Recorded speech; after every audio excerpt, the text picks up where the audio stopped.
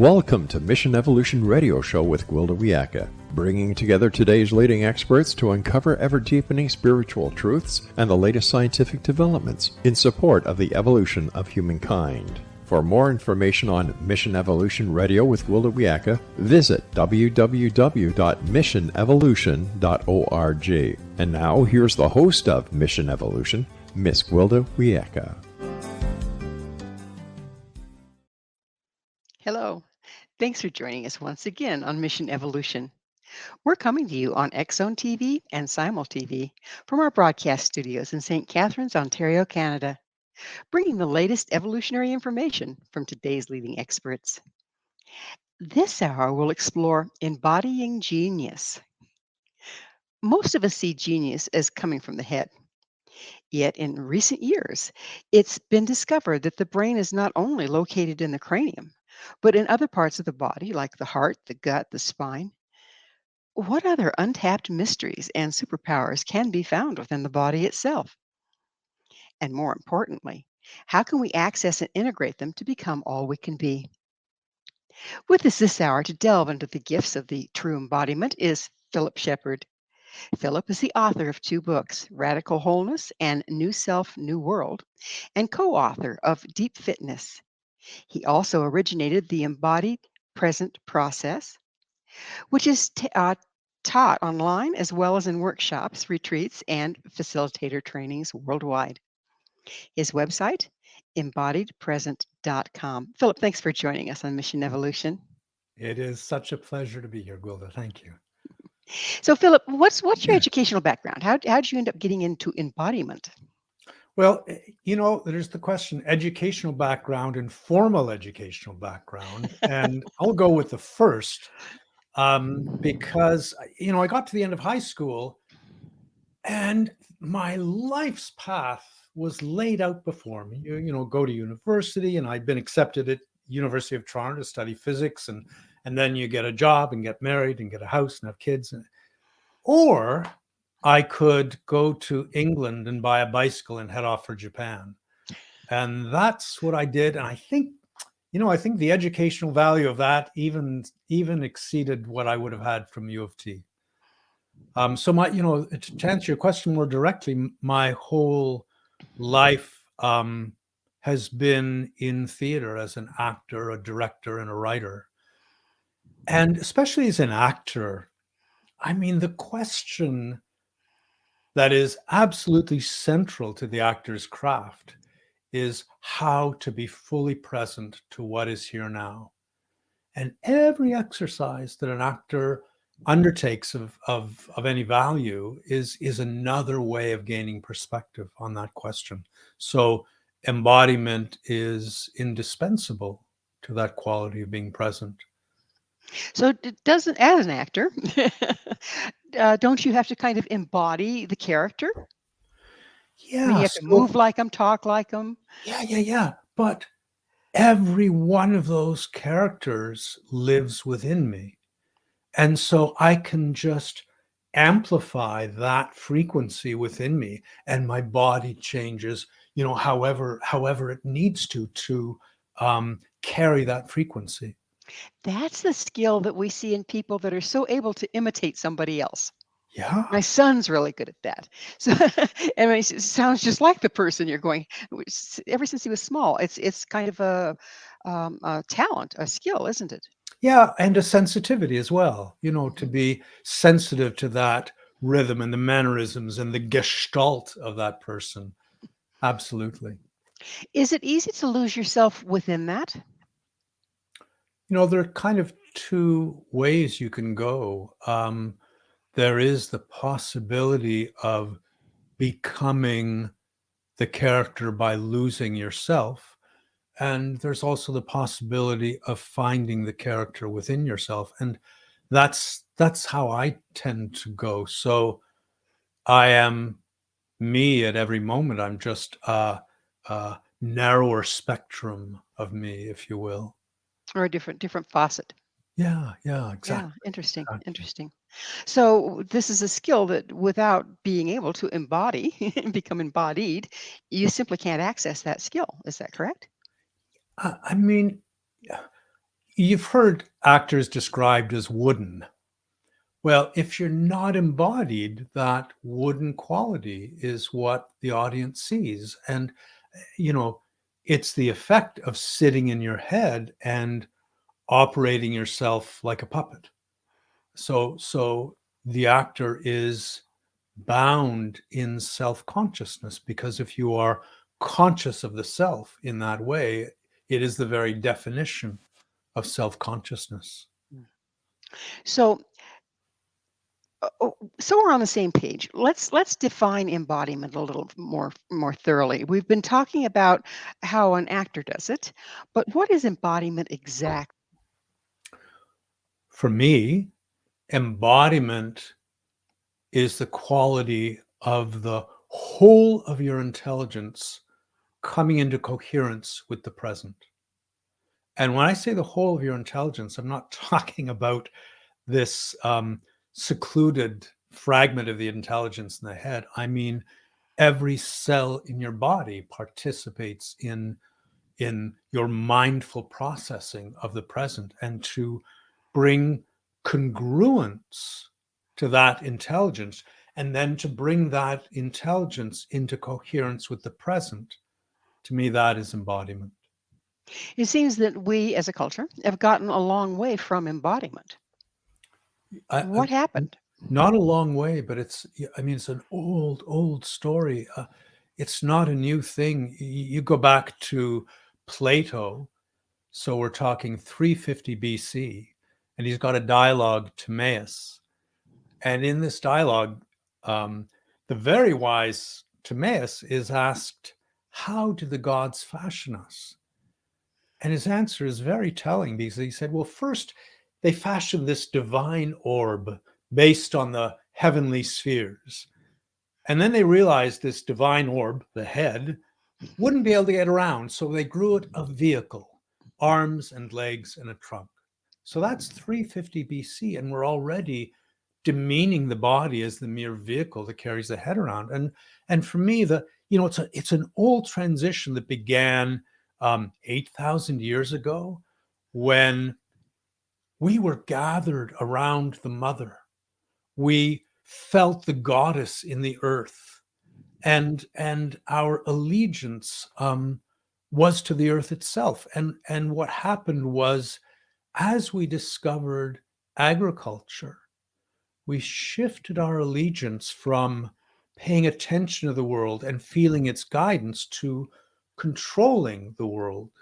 And in that agenda of control, what happened is the mother was no longer the center, the father was. And the earth was no longer the realm of the goddess, the sky was, and it's no longer a goddess, it's a god. And this whole shift in our allegiance shows up in how we experience the body. So if you look at the art and customs of the early Neolithic and writings, in Homer, you find that we used to feel our thinking in the belly, which seems absurd to us now, but there is a brain in the belly. And I teach people how to drop into that and be aware of the world from there.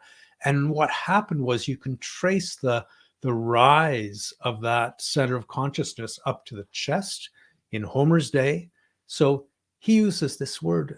Very few people commented on it, but it's PHREN, freen, and it means mind. It also means diaphragm. Oh, They interesting. experience their thinking there. And there's one translator, my favorite translator of Homer, Richmond Lattimore, who will have a character say, the mind within my breast understands your words, which has such fidelity to that experience. And then, of course, by Plato's day, we were in our heads. But it is that shift in a survival strategy between trusting the earth and its gifts, and knowing with delicacy and precision how to harvest those gifts, into an agenda of control. So we went from goddess-centered, earth-centered. Then we started agriculture, which pulled us slightly away from that. But still, you find if you're talking with a farmer or a rancher, they tend to be pretty grounded. They work within the seasons. They work within the day and night. They work with animals and learn their habits. So there is still a connection. Let's take us one step further away where we have everybody that's in their cubicles working on computers, maybe never been out in nature beyond a walk in the park when they were a kid. What's happened there? Um, it's been a long process through which we have come to mistrust the female and more importantly the female within each of us. I mean, each of us carries male and female, and to empower the male to be in charge. So even, in a farming family, traditionally the farmer is the one who does the work and he's in charge, and the woman tends to look after the children and take care of the chickens and things. It's our allegiance to the head is ancient. And in our language, you talk about two heads are better than one, or you talk about you getting to headquarters and maybe being a CEO. And CEO, Chief Executive Officer, chief is a word that comes from the Latin word for head. Or you're the captain of a football team. Captain is a word that comes from the Latin word for head. There is no hierarchy in which the leader is not the head of that hierarchy. It is bred into our neurology that the head should be in charge. And I feel my head as the male pole of my consciousness. And I honestly feel the pelvic bowl as a grounded, attuned, relational intelligence that I feel is the female pole of my intelligence. And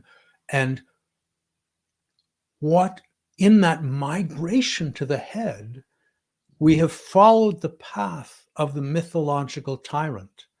So Joseph Campbell talks about the tyrant as the man of self-achieved independence. And I mean, that doubles as a description of the American dream. Self-achieved independence. What could be better? That's what we tug for. That's what we long for. And what we're longing for is the tyrant's version of success.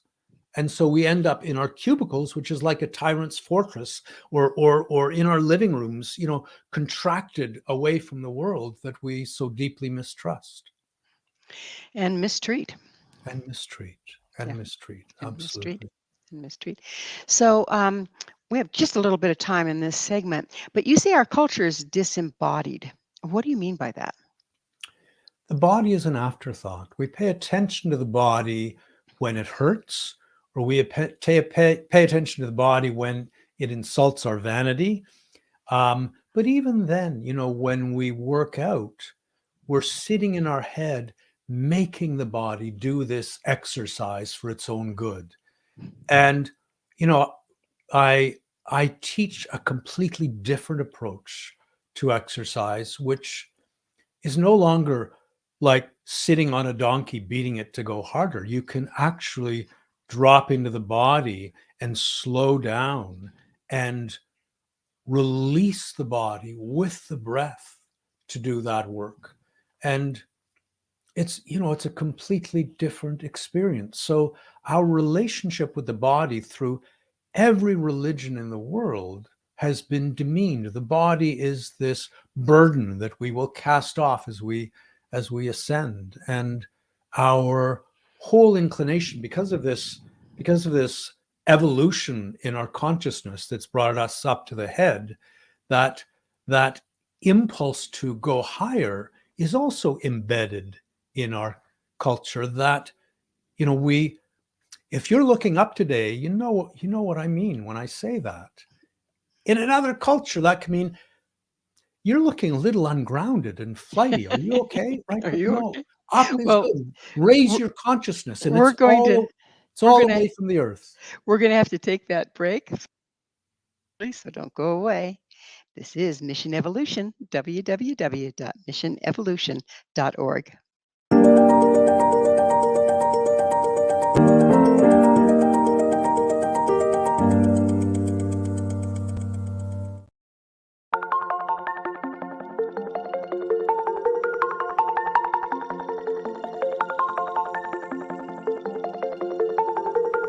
Question: what is the name of the unique blend of coffee you get that has been formulated by a neurologist, a neurobiologist, and a pharmaceutical chemist?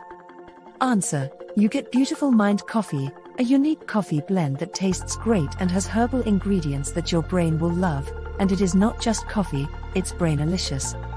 Dr. Rathbone, Dr. Jang, and Dr. Winslow, the scientific team that created Beautiful Mind Coffee, decided to collaborate on a coffee focusing on brain health. As for those herbal ingredients found in Beautiful Mind Coffee, Dr. Rathbone, Dr. Jang, and Dr. Winslow, utilizing their combined extensive scientific research background, worked with many natural and herbal products until the exact formulation that is found in Beautiful Mind Coffee was created. With a unique scientific formula not found in any other coffee being sold or served, Beautiful Mind Coffee is the only coffee blend that contains 3 herbal ingredients found to aid in boosting your daily mental clarity and focus. Every cup of Beautiful Mind Coffee contains scientifically formulated amounts of maca root powder, green tea extract, and American ginseng, all supporting good brain health. Taking care of your brain's health now can help delay or prevent the onset of cognitive dysfunction, including dementia, Alzheimer's, and more general memory loss as you get older, just by enjoying the delicious flavor of our roasted coffee and herbal ingredients found exclusively in Beautiful Mind Coffee. Did you know that cognitive dysfunction also refers to deficits in attention, verbal and non-verbal learning, short-term and working memory, visual and auditory processing, problem-solving, processing speed, and motor functioning?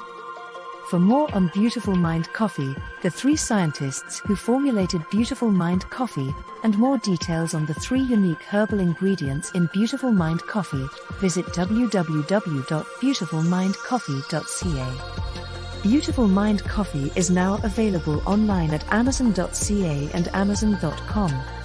To order Beautiful Mind Coffee, visit www.beautifulmindcoffee.ca today.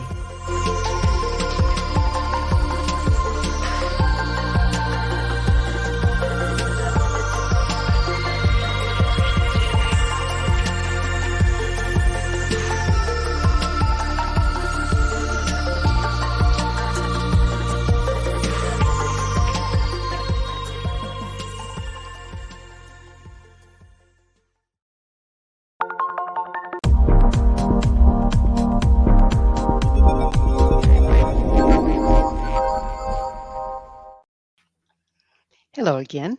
This is Mission Evolution, missionevolution.org. With us this hour discussing radical wholeness is Philip Shepard.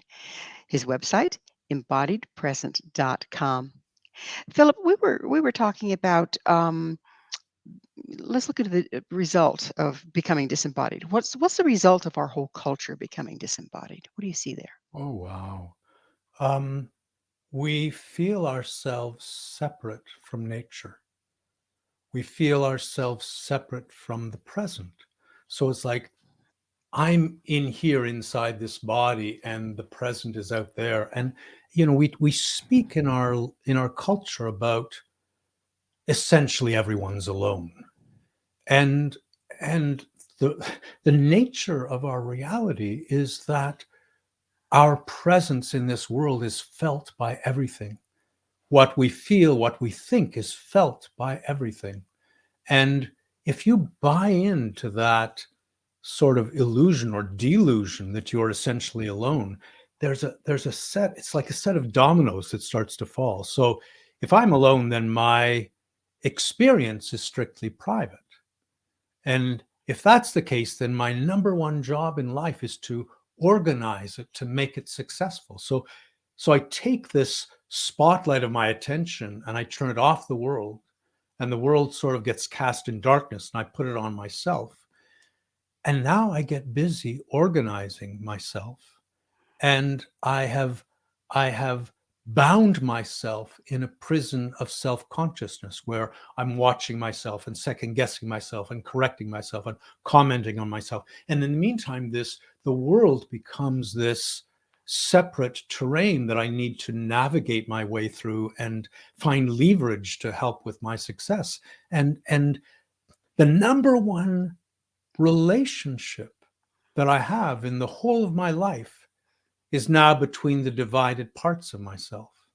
And I spend more time in the day thinking about my thoughts about the world than I do actually feeling the world around me. And if you stop feeling the world, you stop being responsive to it.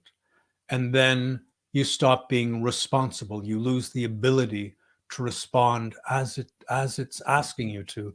The world of nature moves with an exquisite harmony, and what we end up doing is not just neglecting that harmony, but actually starting to undermine it. Well, in the long run, it's pretty clear who's going to win that little equation, right? Is that part of what we're looking at in this global crisis we have going on with the weather and everything else? Yeah, our imperative is growth. And you look at capitalism, which means literally headism, and it's a disaster if the GDP, if there's not growth. Well, it's a disaster for the economy, and it's a boon for nature. And it's a disaster if the population gets static or grows smaller, heaven forbid. Well, again, it's a boon for nature, but it's a disaster for this economic structure on which we've come to depend. And when you commit yourself to exponential growth, the only terminus possible is collapse. You can't grow endlessly on a finite planet. So if we start to become embodied and we start to pay attention to the cycles of the earth and embody those, can that prove to be an antidote to the continued growth until we crash? Yeah, I mean, I'll tell you how I feel it is that when you're disembodied, when you leave the body and take up residence in the head, you leave this emptiness within you, this emptiness that needs to be filled. And so we fill it with distractions, we fill it with drugs or alcohol, we fill it with whatever we can find. We are on an addictive culture that is driven. And when you're a driven addict, you lay waste to what is around you, to your relationships. And Everything. to come back to the body, to come to rest in the body, is also to come to rest on the earth and in the present.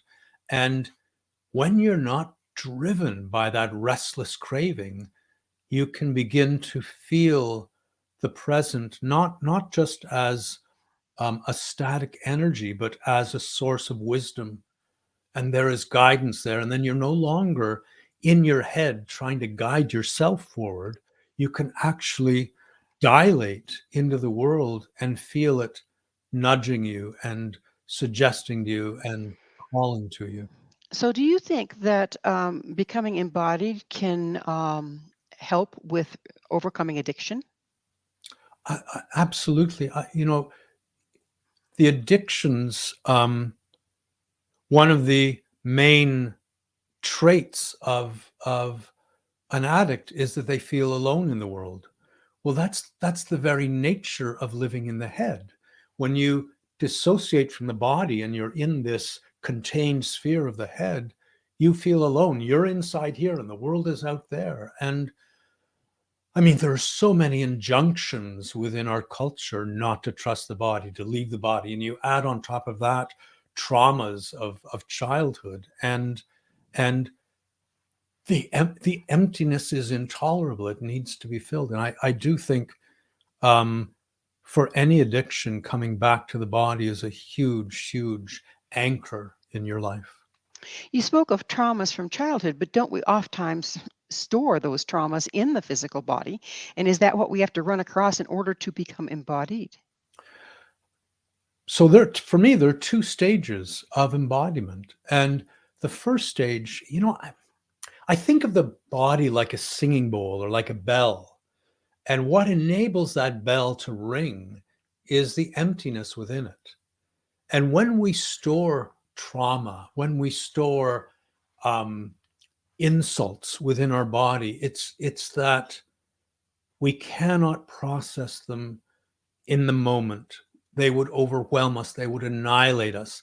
And so we put them on hold, and they remain there for years, for decades. But there comes a time when you found your feet, you've grown into adulthood, and you begin to feel what could not be felt earlier and integrate it. And when that singing bowl is full of these clotted energies, you lose the resonance. And so the first stage of embodiment to me is feeling those consolidations, those stuck energies, and integrating them. And in the second stage of embodiment, as I experience it, I feel my emptiness. So I feel the present within my body. I feel this realm, and I feel you passing through me. And, that's not possible without that process of integration. But in order to run across those stored things, we have to go inward into the body, do we not? Yeah, absolutely. So how do you start to do that? I always start with breath. And it's a bit of a complicated thing. We learn to breathe from the chest, and it's a very willful thing. And then we try to counteract that with the belly. But physiologically, the pelvic floor is a diaphragm in the body, just as the thoracic diaphragm is a diaphragm. And the pelvic floor gets locked up in our culture because of trauma, because of shame, because of that injunction to go higher and higher and not trust what is below. But if you gently bring awareness to the pelvic floor and begin to feel it release to the in-breath and release to the out-breath, you will be moving through consolidations in the body. You will be softening them just to begin to feel that. Once that sensitivity in the pelvic floor is regained, you now have a place to land in the body. And I feel the pelvic floor as the ground of my being. And then any tensions I feel in the body, I feel as orphaned energy. And just like an orphan, those stuck energies, you're not going to overcome them or force them to be better or come home. They need love. They need your acceptance, and you offer that. And there's a real process whereby you can bring it back down to the pelvic floor. If a person is starting to work with breath, and isn't it likely that they could start to feel pretty overwhelmed if they had a lot of trauma they're unaware of? What do you suggest doing in that case?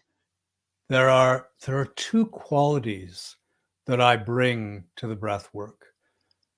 One is gentleness, that it has to be the gentlest thing you've ever felt in your life. And gentleness, it's when you're pushing against that bound energy that it will resist. And if you can be gentle with it and gentler with it, it will respond, in my experience. And not to, it's not, you're not going to get there in one day. It's a process. It's a long process. The other quality that's really important to me is subtlety. We're used to dealing with things in a gross or big way, and to begin to feel the subtlety of your body and to begin to trust it rather than living in the head and trying to make it do what you want it to do or make it behave, to find a way to meet it on its terms, to bring your awareness to it and let it show you what it will as gently as possible. It's just an approach that, in my experience, allows us to move forward, baby steps. How long does it take to learn the breathing techniques that can help us become embodied? I mean, in 15 minutes, I can generally teach someone to find that pelvic floor breath. And then there's the breath in the back, and um, the sense of the breath when it's embodied is that the breath is filling the body from the bottom up. So it's filling the body from the pelvic floor up, the way when you pour water into a jug, it fills the jug from the bottom up and then it releases out. We're so used to turning the breath into a top-down operation where somebody says, breathe deeply. And so you push the breath down into the body as far as you can. And that takes muscular effort, and the muscles get tired and the breath goes shallow again. So it's very, very different. Are you using visualization then along with the breath work to make the corrections? Absolutely. And that willingness to just feel what is happening as gently as you can. Yeah.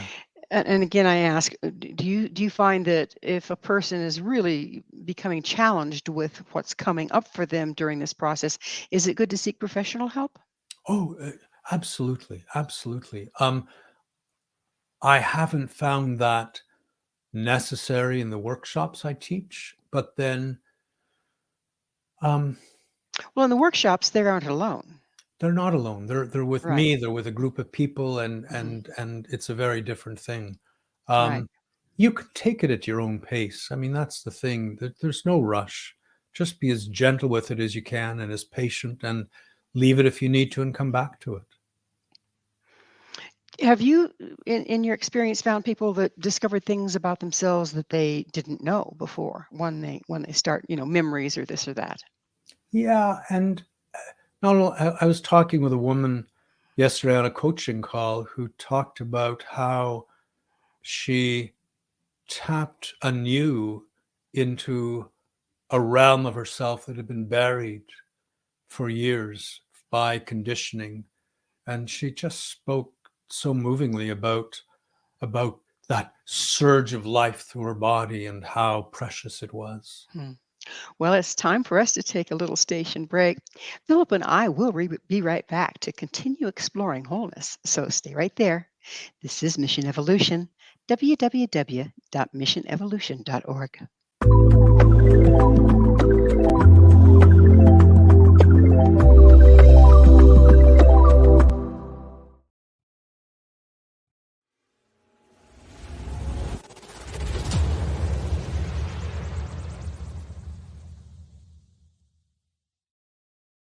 So I was watching the X Zone TV channel last night when I was abducted by aliens, and they kept repeating to me over and over again, simultv.com, simultv.com. What's simultv.com? That's what I asked them. They had it written on the side of their UFO. How do you spell that? UFO. No, I mean simultv.com. simultv.com. simultv.com. Right. simultv.com. Interesting that you were abducted by aliens in a simultv.com UFO last night. Oh, yeah? Yeah. Now that you mention it, I remember now last night I was awakened from a deep sleep. My great-grandmother was standing there. She said she come from the hereafter to tell me about simultv.com. She even spelled it out for me. simultv.com, sonny boy. simultv.com. simultv.com, sonny boy. Wow. Yeah. Guys, you'll never guess what my psychic guru just told me. simultv.com. Exactly. Are you guys psychic too? Of course. We all know about simultv.com. simultv.com.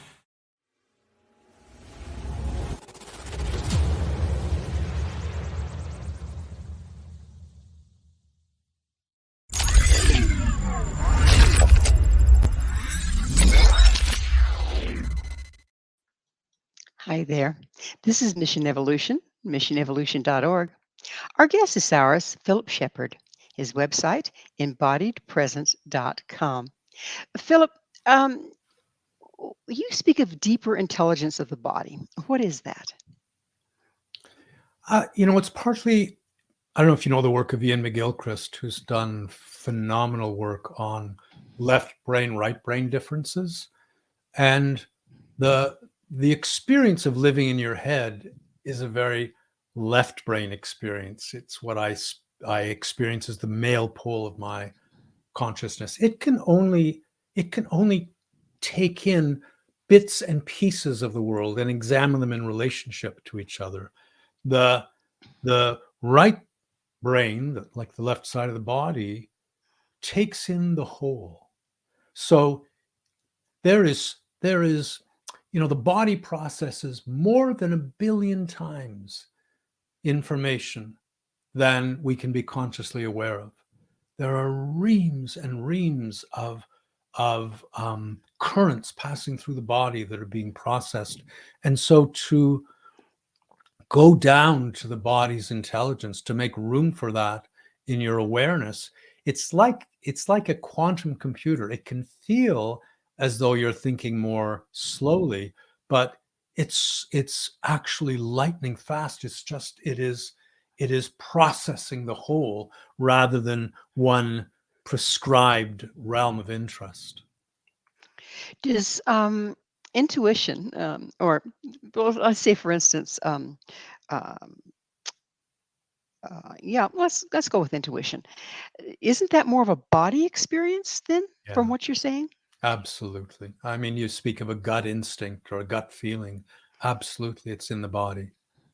Yeah, it's where it registers, and there's 9 times more information goes from the brain in the belly, and there is a certified brain in the belly. 9 times more information goes from that up to the head than the other way around. So there's a difference, a really crucial difference between known relationships and felt relationships. And that intelligence in the head wants to know everything, wants to pin it down, know what it is, and then it can begin to strategize. And the result of that is, I look outside my window and there are trees there, and I look around, I know what everything is. So then if I know what it is, why would I need to feel any of it? That the embodied intelligence understands felt relationship. It can feel wholeness. I mean, we struggle to feel wholeness because we're stuck in our heads, and we've forgotten what it means to speak from our wholeness, or to listen from our wholeness, or to think with the whole of our being. And that attuned intelligence, it's not that it objectively knows, but it attunes and feels in a way that we somewhat clumsily speak of as intuition, um, as though intuition needs to be checked by that smarter intelligence in the head.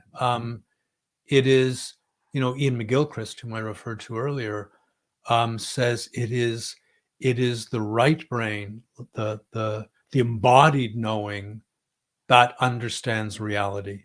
It is grounded in reality. The other thing I'd like to discuss a little bit is communication.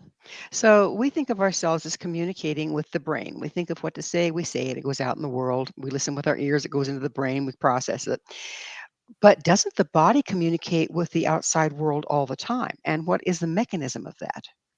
Yeah, I mean, it's an interesting cultural conceit that we have, and it limits our seeing, our hearing, our communicating. So I think of there's a culture in Africa, the Anglo-Ewe culture, and they talk about hearing with the ear. They've got a word for that, but that's not real hearing.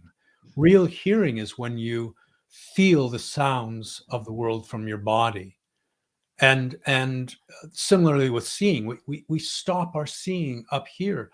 You can allow the sights of the world to move through you and feel them through the body.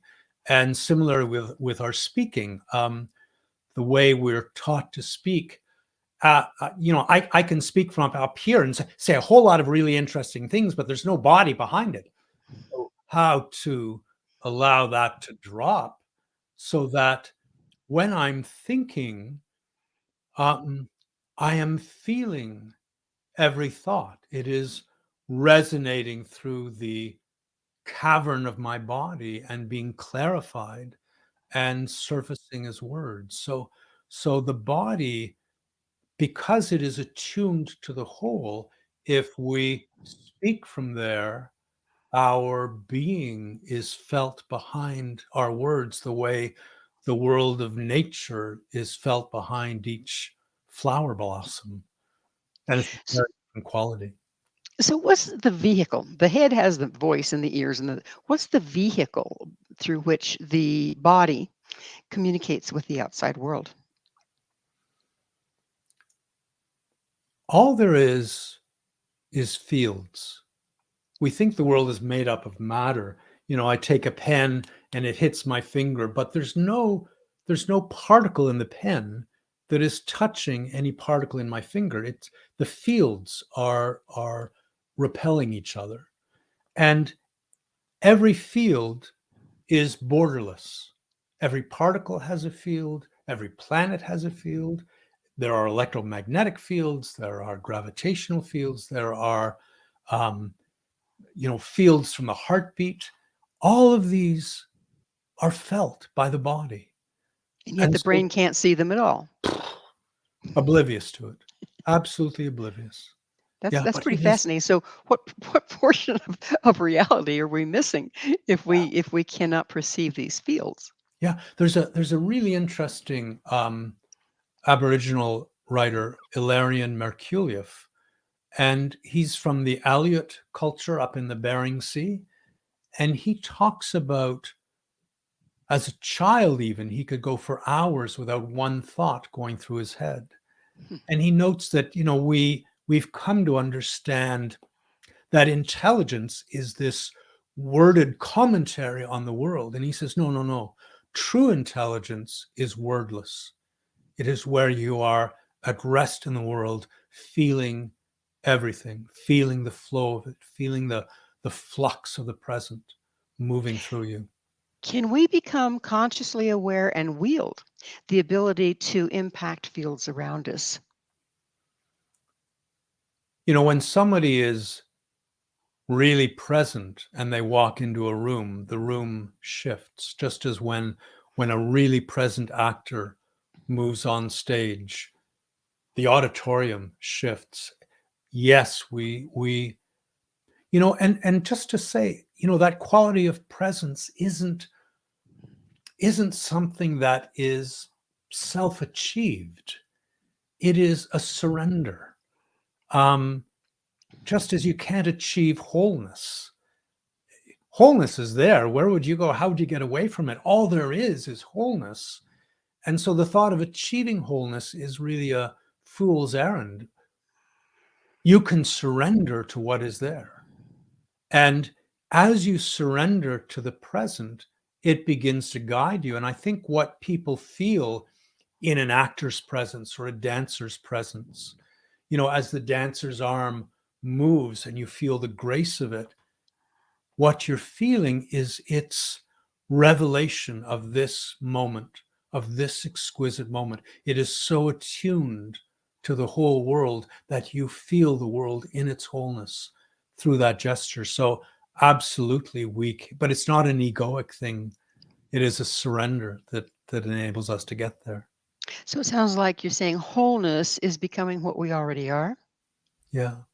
Yeah. And there are qualities that as we become disembodied, we lose that are our reality. Fluidity. We're 65% water, our bodies, but we don't feel the body as a fluid medium because it's bound and compartmentalized. Um, we're spacious. Everything. A diamond. You look inside a diamond, and it's 99.9% empty space. We are mostly empty space, but we become consolidated and congested within our bodies as we contract from the world. And we're grounded. Human being means earth being. It's what the word human means. But our legs have become prosthetics, and we strive to raise our consciousness. We stop feeling ourselves at rest on the earth. And so it's just a matter of coming back to what is. That's our reality. We are fluid, we are spacious, we are grounded, we are centered, and we lose all of that. So let's talk a little bit about the Eastern traditions that acknowledge meridians in the body, chakras in the body. How do those play in here?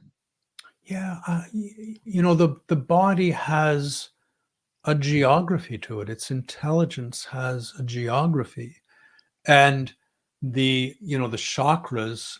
It's a brilliant mapping out of these centers of knowing. I might say in the body. And when I was a teenager, I went to Japan and studied classical Japanese no theater, and they honor, in the Japanese culture, it's called hara, the belly, as the ground of your being, as the center of your intelligence. So I had this blessing of being introduced to this aspect of my body's geography, or the geography of my intelligence, not having then to rely only on the head, to having this other resource that I could come home to and feel the world and myself in it very differently. I understand that in Eastern medicine traditions that the hara is actually used to diagnose, and very accurately. Absolutely. And it is, it's the center. Every gesture in no theater arises from that attuned center of intelligence. Flower arrangements, poetry, it's all from that place of wholeness, unmediated by the part of us that wants to supervise and pin it down and get it right. Fascinating. So we're about out of time in this segment, but when we disconnect from the body, when did we really disconnect in the first place? How long ago do you think that was? It was a slow process. I really, it's hard in our culture to talk about allowing your thinking to rest in the belly, but that slow process whereby the center of our awareness rose through the body, and by Plato's day was in the head. We are already very left brain centric by then, and then we discover the alphabet and we begin writing, and all these ways of titillating that desire to pin things down that keeps us in that left brain. One of the things of animal communication is body to body, and so we've disconnected from our animals as well, haven't we? Oh, they have so much to teach us. If only we had the eyes and the ears to learn from them. Absolutely. Your dog steps out the door and there is a world we are blind to of sense that tells you everything. It's extraordinary. People that successfully have animal companions, seeing eye dogs or search and rescue dogs, or they start to learn to get in their body to communicate back and forth. In fact, that's part of what's taught, is how to give those body messages. So I think it's pretty fascinating. I'd love to pick up with it on the other side. Are you comfortable going into that? I would too. Absolutely. Okay. Absolutely. Because aren't they the epitome of embodiment? Yeah, as is a baby, a human baby. An infant is just so awake to the world and embodied within it. And isn't that why they seem so bright and so appealing? It's because they're irresistible. Absolutely, they are. Well, it is time for that commercial break. So please stay with us as Philip and I continue to explore the body as a source of genius. This is www.missionevolution.org.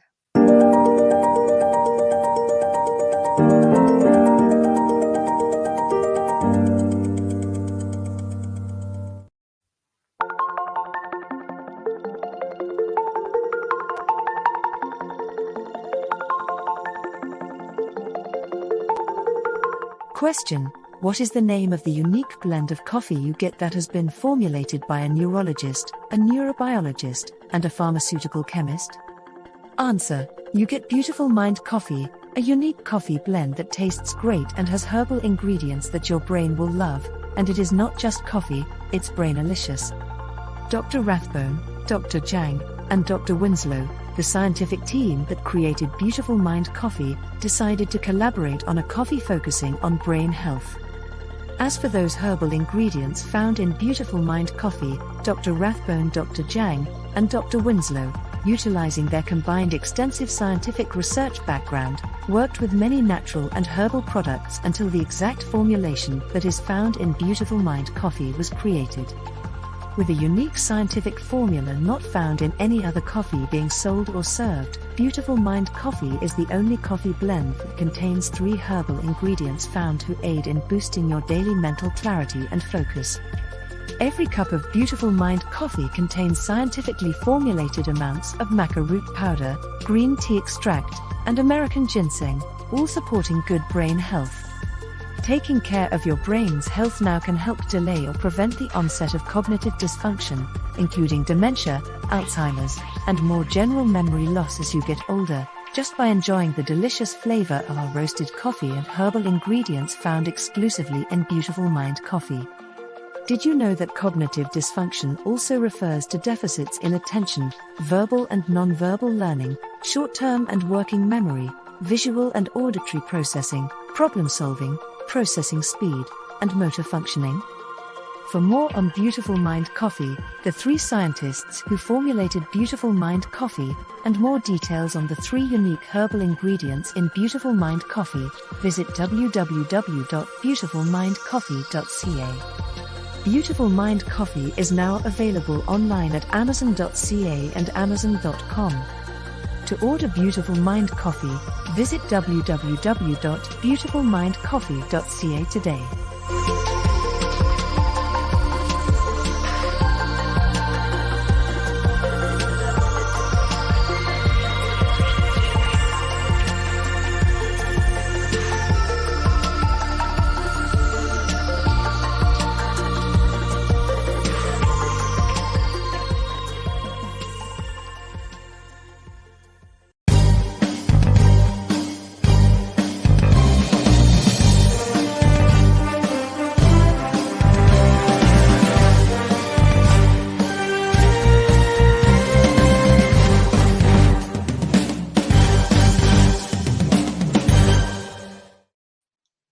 Welcome back. This is Mission Evolution, missionevolution.org. This hour, our expert guest is Philip Shepard. His website, embodiedpresent.com. Philip, we were just getting into how being embodied is necessary to communicate with animals. And would you go into that a little bit more? Yeah, and for me, it comes down to our primary relationship, which is our relationship with our bodies. I mean, nothing is more primary than the relationship you have with your body. And when you live in your head, it's a top-down relationship. And then that shapes every relationship in the world. It's why our hierarchies are top-down and our approaches to problems are top-down. And when you live with an animal, that doesn't work. And so you have to be present to that animal. And that's what the animal is inviting you to do at every moment. And the communication, to come back to that is happening, they attune to your fear, your love, your anxiety, your needs, and will respond to that. And it's one of the most healing relationships we can have, to come back to the body and be guided by this unspoken communication that takes place between us. We oftentimes think of it as being body language. And if you're a good animal trainer, you have to learn the animal's body language to see what's going on for them, and to let them, not give them false messages, and to let them know what's going on with you. However, do you see those fields as playing part of animal communication? Yeah, I mean, animals feel each other, and it's not a direct relationship. Oh, the ears are high, this means that. The tail is low, this means that. It's a gestalt. Animals don't feel in bits and pieces. They feel through wholeness. And so part of that wholeness is the energy of the being, whether that being is a person or another animal. And you feel the energy, certainly through the body, but not as a sort of calculation that tabulates the body's language and comes up with an answer as to what's being said. It's pretty fascinating. And do you believe that we as human beings could non-verbally communicate much more clearly, body to body? Yeah, I mean, I'm thinking of Australian Aborigines who send smoke signals, and the smoke signals, they're not like two dots and a dashes come home. The smoke signal indicates that I need to talk to you. And you see the smoke signal, you may be 5 miles, 10 miles away, and you sit down and you commune. And that's just standard procedure. There's a great book that was turned into a theater show about a guy, a photographer, National Geographic photographer, who was lost in the Amazon following this tribe, and his life was in danger. And he heard this voice, like he didn't speak their language, they didn't speak any language he spoke. And this voice he heard, some of us are friends. And he looked across, and there's this chieftain, this old man, who is communicating with him without words. So it's not just body to body, it's field to field in ways that we have completely excluded ourselves from by this commitment to live in the head.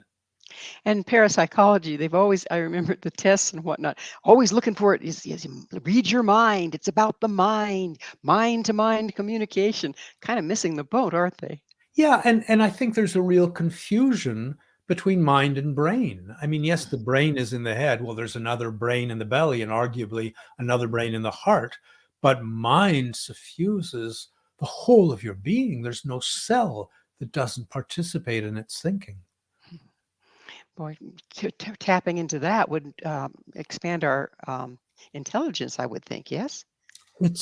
There is a bottomless wisdom to be. It's like a caver dropping down into a cave, spelunking.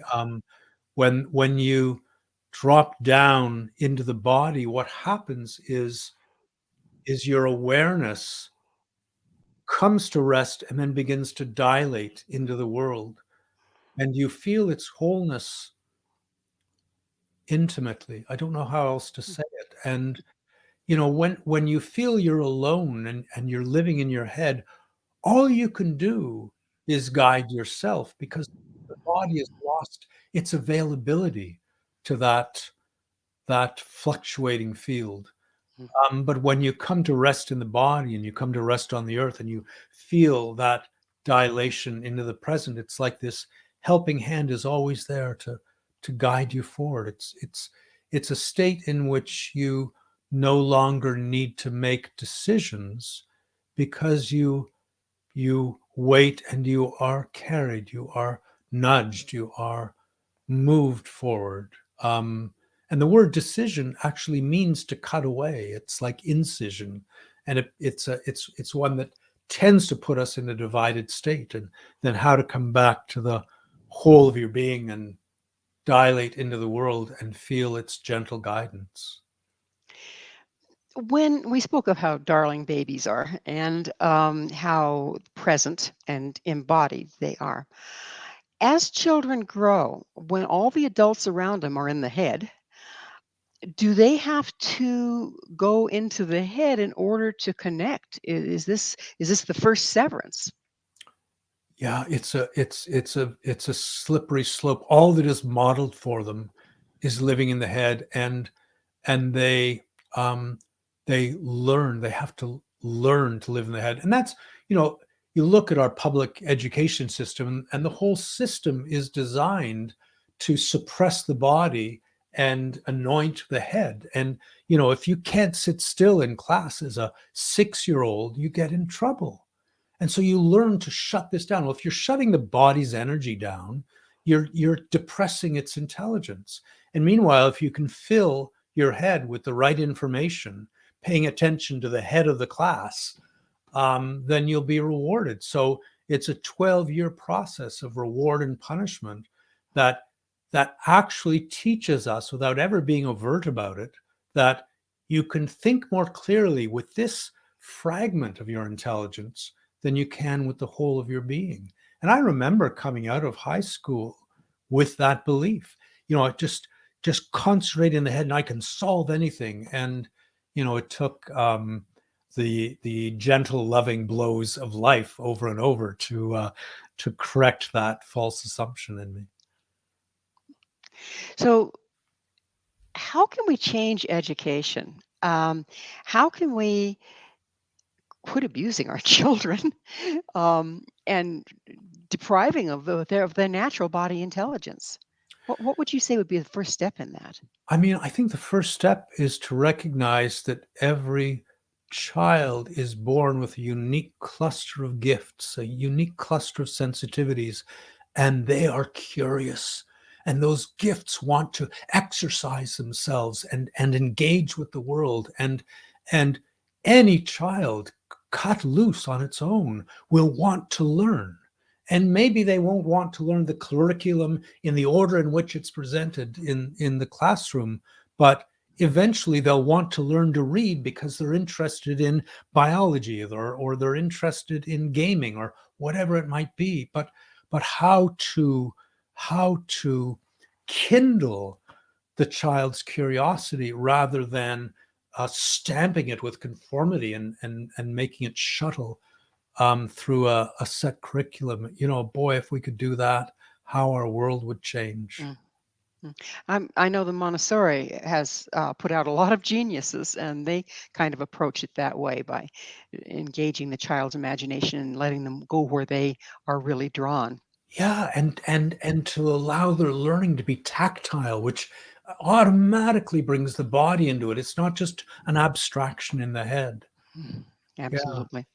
So this is about the time in the show when I have to ask you, Philip, what is your mission?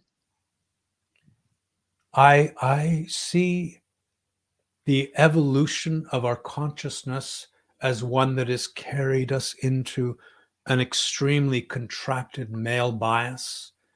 And to come back to the body is to, on a personal level, welcome and honor and embrace what is female within you. And then you're in a position to honor the world in a different way. And I think as long as our relationship with the body is top down, all of our relationships with the world around us will be top down. And that cannot carry us forward. That is eventually rendered toxic by what it encourages. Mm. How do you feel about physical health? How would that be impacted by being more present in the body?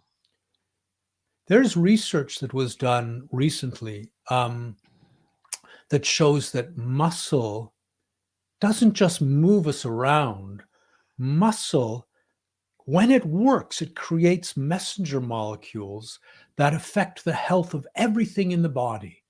And your brain acuity, your bone mineral density, your organ health, everything. So we've gone, in terms of health, muscle and muscle health are the foundation of metabolic health. And your vitality, it's not a contained thing. It is a relationship with the world that enables you to engage with it. And I think, to stay healthy throughout your life and strong throughout your life, in some funny way, it's what the world is asking of us.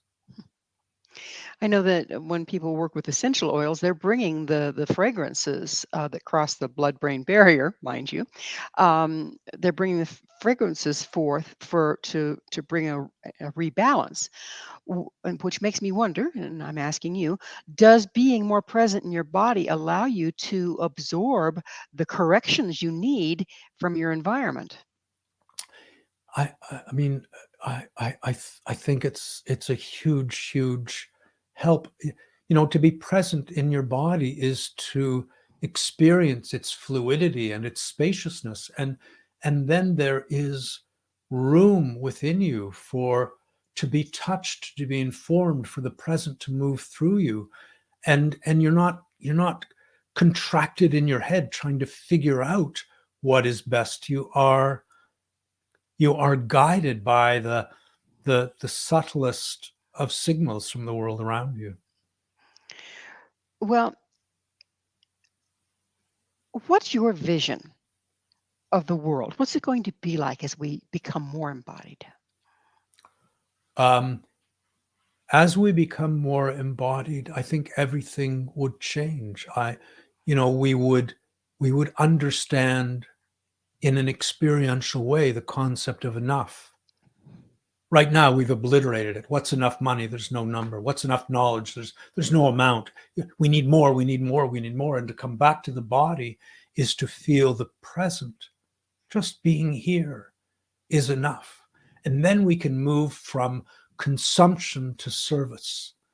And it's in service that our purpose is fulfilled, that our life is gratified, and the world needs our care. People, animals, trees need our care, and I think each one of us is called into service in a different way, but it's through the body that is found. Once that emptiness has come to rest within us, and that quality of attuning to the world. And Unfortunately, Philip, we're out of time. we're there. Well, We're there. But thank you so much for coming on the show. It's been such a treat being with you. And a real pleasure. Thank you so much for this. Thank you. Our guest this hour has been Philip Shepard, the originator of the Embodied Present Process and author of New Self, New World, Radical Wholeness, and Deep Fitness. His website is embodiedpresent.com. I have to think of it.